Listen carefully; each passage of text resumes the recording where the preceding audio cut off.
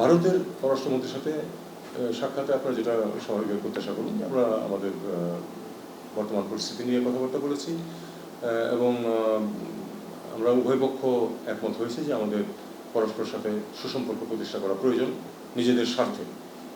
এটাতে বাংলাদেশের স্বার্থ আছে, এটাতে ভারতের স্বার্থ আছে।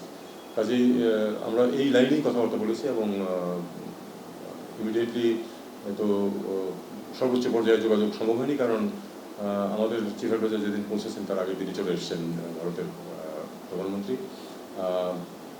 ইয়াতেও কমনওয়েলথ হেডস অফ গভর্নমেন্ট মিটিংয়েও কোনো সুযোগ সৃষ্টি হবে না, কারণ ওখানে যাবেন না ভারতের প্রধানমন্ত্রী, উনি যাবেন ব্রিক্সে, কারণ ব্রিক্স তাদের জন্য কমনওয়েলথ হিসেবে বেশি গুরুত্বপূর্ণ।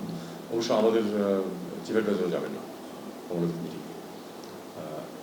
তো হয়তো একটা সম্ভাবনা আছে যে আমরা কথা বলেছি, এটা হয়তো আগামী মাসে যখন ব্রিক্স বিমস্টেকের সামিট যখন হবে, প্রত্যাশিত এখনো ডেট হয়নি, সম্ভাবনা আছে নভেম্বরেই হবে, সেখানে হয়তো দুই পক্ষের মধ্যে আলাপ আলোচনা হতে পারে। এছাড়া আমরা বিভিন্ন পর্যায়ে যোগাযোগ স্থাপন এবং পারস্পরিক যেই কনসার্নগুলি আছে সেগুলি সমাধানের চেষ্টা করবো, এরকম কথাবার্তা আছে। তারা একটু ভিসা নিয়ে একটু কথাবার্তা হয়েছে যে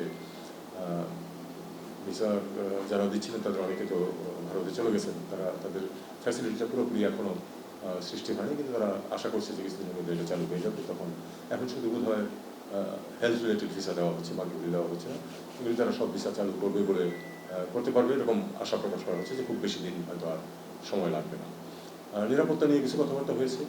নিরাপত্তা নিয়ে আমরা বলেছি যে একদম প্রথম অবস্থায় তো সত্যিকার অর্থে সরকার ছিল না কয়েকদিন, যদিও টেকনিক্যালি সরকার ছিল, কারণ রাষ্ট্রপতি তো সরকারের মানে মূল ব্যক্তি, তার পক্ষ থেকেই তো সব কিছু করা হয়।